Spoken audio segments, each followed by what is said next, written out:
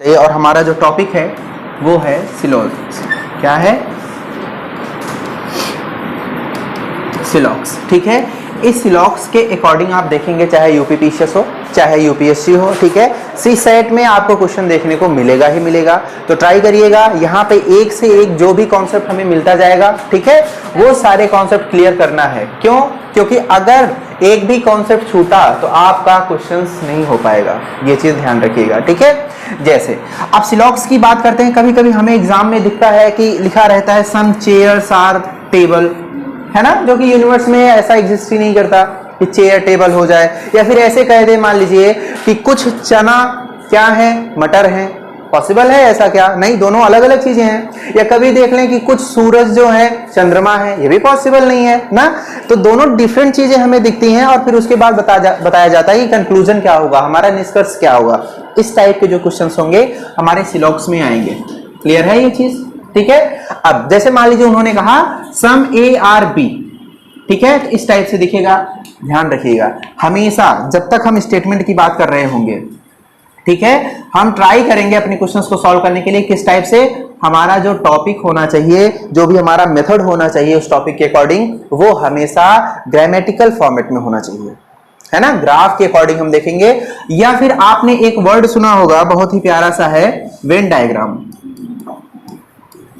ठीक है, Venn diagram, ये वेन डायग्राम के अकॉर्डिंग ही हम क्या करेंगे, सॉल्व करेंगे। हम कर सकते हैं इजिली स्टेटमेंट के अकॉर्डिंग भी सॉल्व कर सकते हैं, लेकिन क्या होता है कि हम चीजों को समझ नहीं पाते हैं। ठीक है, जब भी सॉल्व करना होता है तो स्टेटमेंट देखिए, जैसे मान लीजिए उसने 3-4 स्टेटमेंट दे दिया, बोला some A are B, some B are C and all C are A. ठीक है, मतलब कुछ ए बी है, कुछ बी सी है और जितने भी सी हैं वो ए है ना।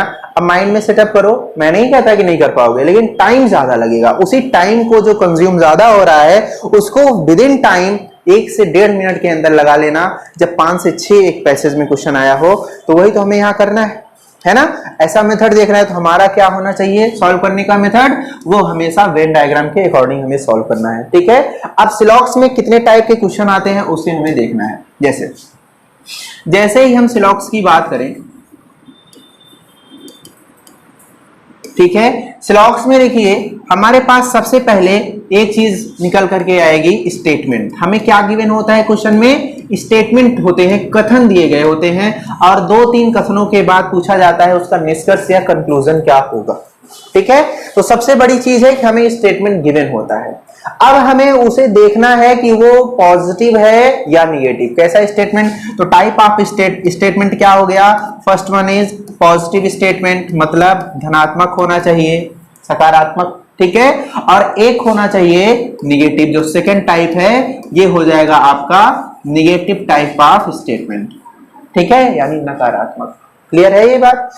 अब कैसे स्टेटमेंट हमारे पॉजिटिव, कैसे स्टेटमेंट निगेटिव होंगे उसको जरा देख लेते हैं। जैसे मान लीजिए हमने कहा first one is all A are B, सभी ए जो है वो बी है। ठीक है, उसके बाद सेकेंड स्टेटमेंट क्या कह रहा है कि सम ए आर बी।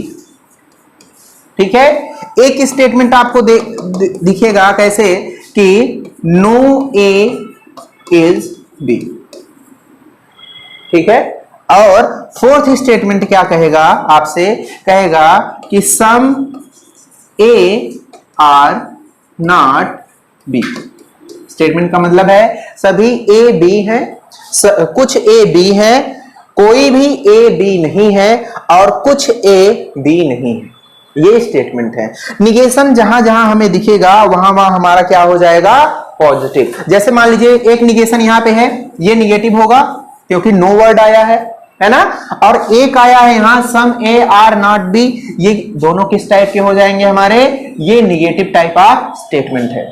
ठीक है, तो जब भी इस टाइप से दिखा हुआ मिलेगा मतलब कोई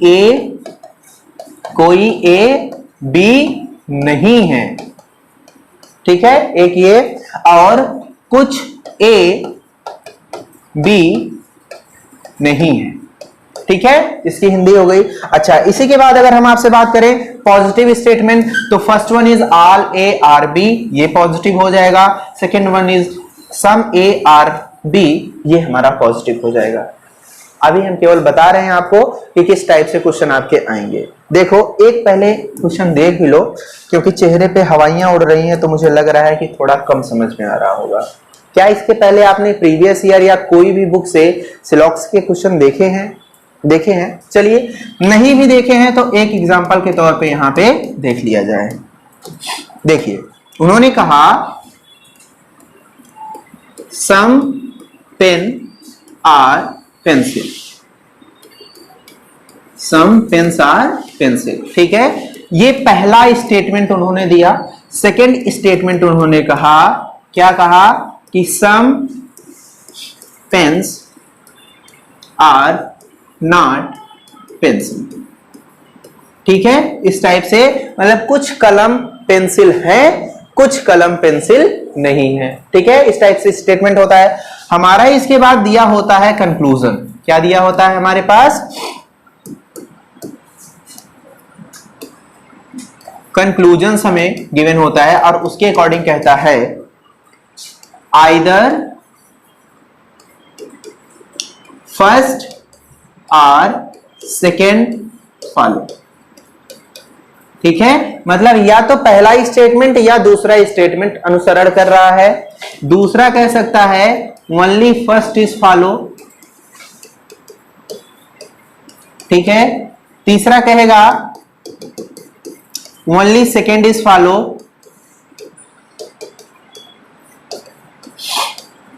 और फोर्थ कहेगा neither first not second follow, ठीक है। यहां तक कोई डाउट? बस एक क्वेश्चन गिवन है, उसी से आपसे कंक्लूजन पूछ रहा है। अब इसको लगाना होगा तो अपने माइंड में आप सोच सकते हैं कि कुछ पेन जो है वो पेंसिल हैं, ठीक है, और कुछ पेन पेंसिल नहीं है। तो अब इसमें कंफ्यूजन है कि कुछ तो हो सकते हैं, कुछ नहीं भी हो सकते हैं। इसका मतलब या तो पहला वाला सही हो सकता है या तो दूसरा वाला सही हो सकता है। ये तो हमने टिक कर लिया, ठीक है। लेकिन इसी चीज को टिक करने के लिए, क्वेश्चंस को देखने के लिए हमें कॉन्सेप्ट जानना जरूरी है कि नहीं है। इसीलिए हमने आपसे कहा कि इसमें से सबसे पहले आपका काम होना चाहिए कि स्टेटमेंट पॉजिटिव है कि निगेटिव है।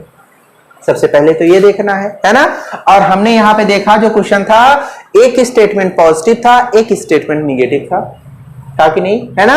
अच्छा, इसी तरीके से यहां पे हमने कहा कि निगेटिव वाले में नो या सम नॉट दिखेगा और पॉजिटिव वाले में ऑल या सम दिखेगा, ठीक है। ये चीज क्लियर हुई।